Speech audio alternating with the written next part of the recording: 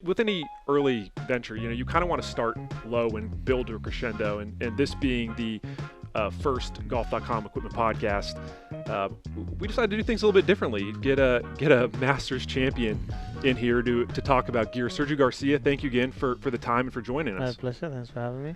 So you've been working on a lot of the new gear.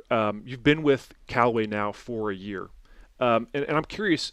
Was the transition from using your previous equipment that you had used for a while and getting into new gear, how easy or difficult was kind of that adjustment over the first year, kind of getting acclimated to the new clubs? Yeah. Well, funny enough, it was easier than I thought it might be. Obviously, when you've been with another company for 15 years, it's not that easy to change. Even though the Callaway equipment is really good, you still it's not the same thing. But yeah, but it was quite simple. I got in quite quickly to it. I played well on it.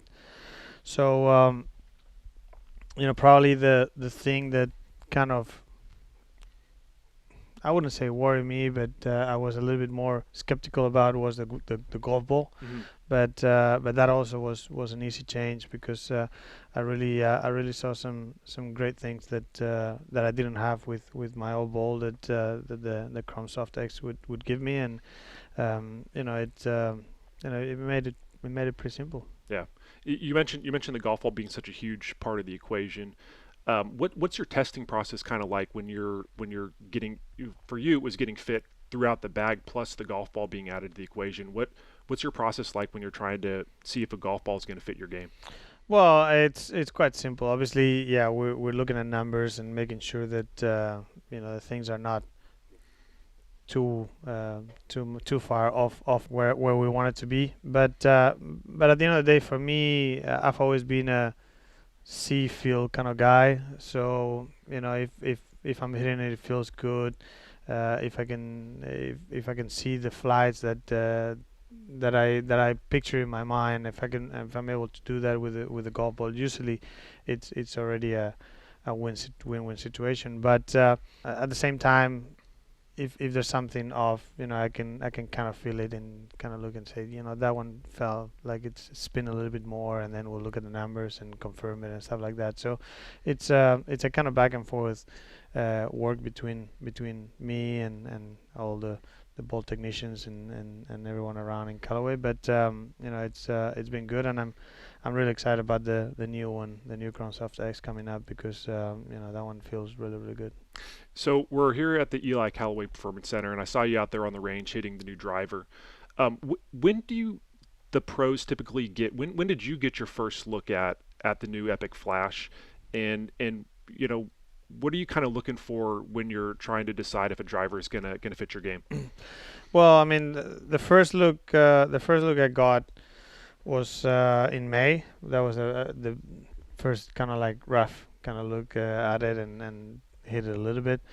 Then until just now, until yesterday, I haven't been able to do it because I've been playing and obviously had the Ryder Cup and stuff like that. So there wasn't much room for me to work on it. But it feels great. It looks really good. I'm excited about picking up 2 or 3 mile an hour ball speed with a combination of ball and driver. So that's always something nice. But at the end of the day, it's a matter of making sure to mix that with getting the shape that you want to get with the driver, and the ball flight that you want to get with it. And if you can do that, then it's perfect match. Do you enjoy the process of going through new gear, kind of testing new products? I mean, for tour pros, it feels like every single year you're being shown something new. Do you enjoy kind of that process of working through new products?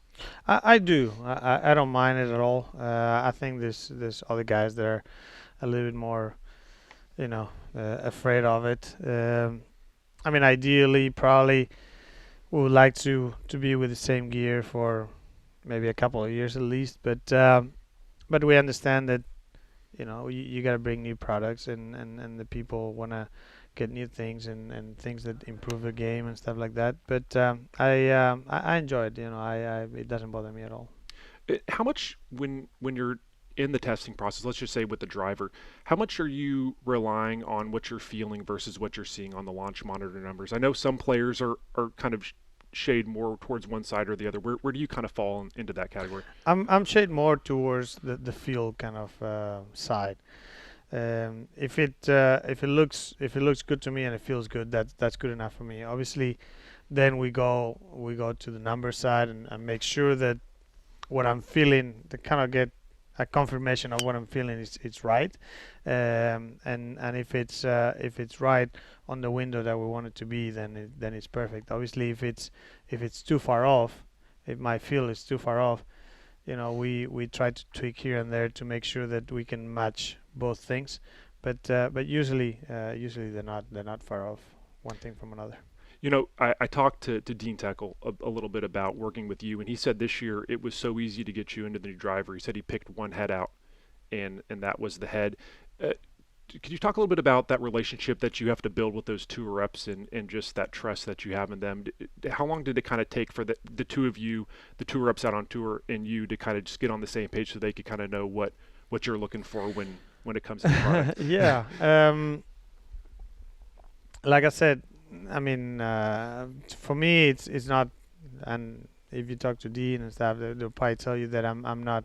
I'm a fairly easy guy to kind of get things to, but or get things fitted to. But I think that at the end of the day, for me, as long as if I enjoy the person, if I'm happy with that person, then it's much easier to work with and to open up and tell exactly the things you want and stuff. So it didn't take us long at all. It probably took us a couple of weeks of getting to know each other and then knowing what I feel and some of the things that I'm looking for and then to be able to work those things for me. So it was pretty easy to do.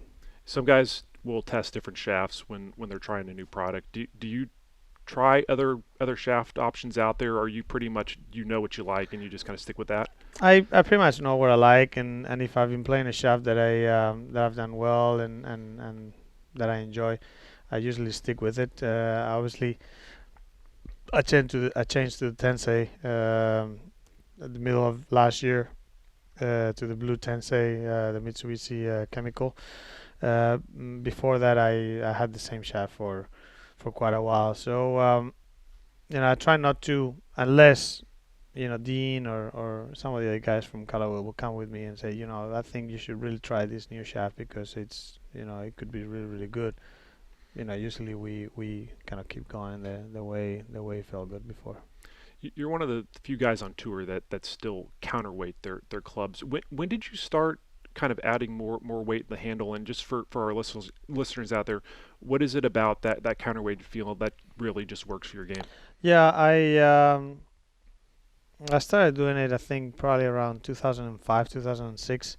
And mainly it's a feel kind of thing for me, which gives me confidence. Obviously, because of the swing and the lag that I have, if my claps get a little bit too head heavy, I feel like I'm kind of lose them behind me, and then it's difficult for me to get them back in playing in front of me.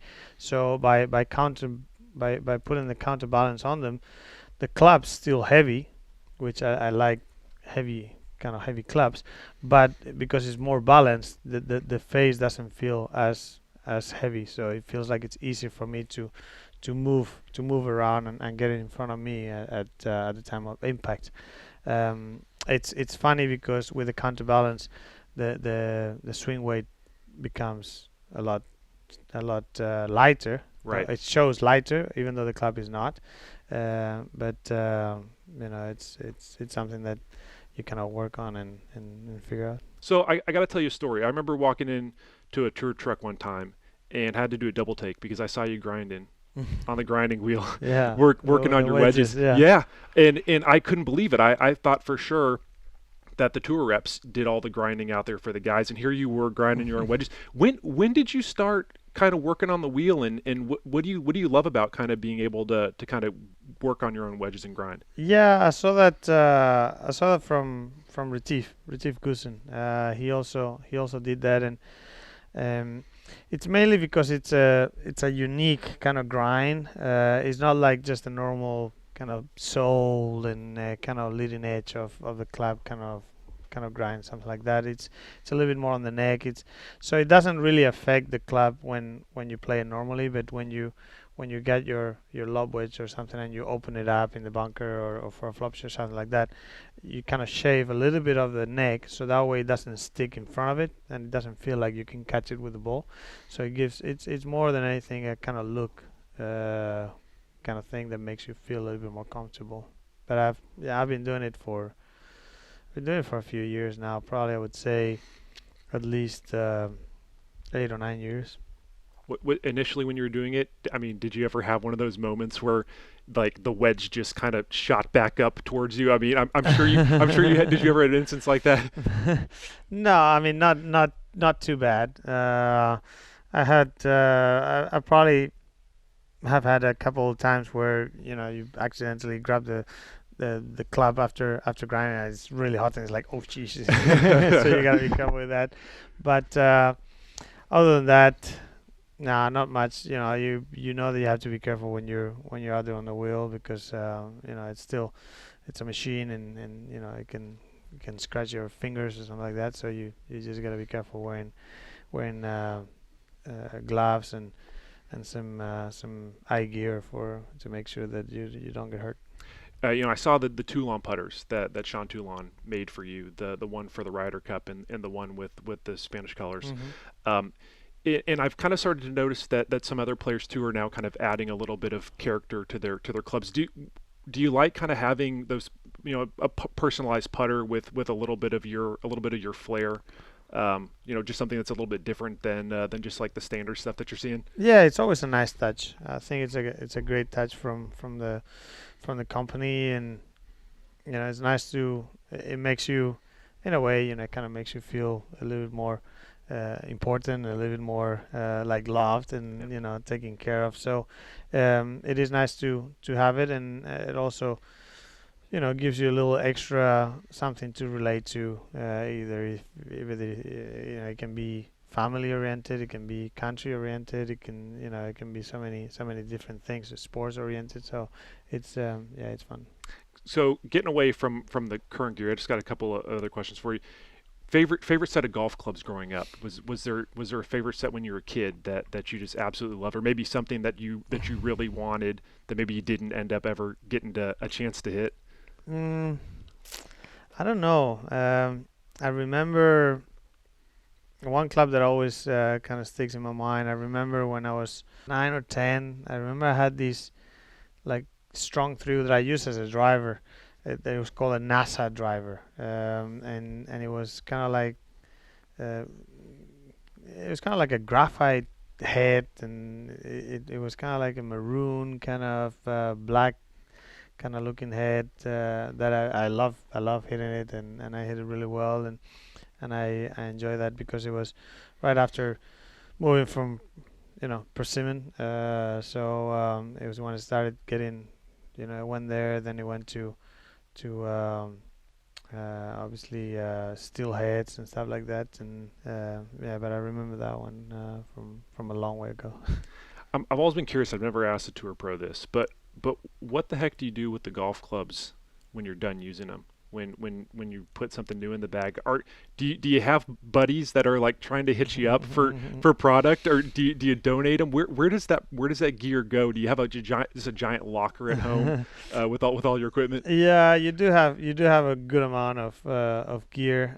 Unfortunately, our gear you can only give it to certain people because there's a lot of amateurs that obviously they can't handle the gear that we play.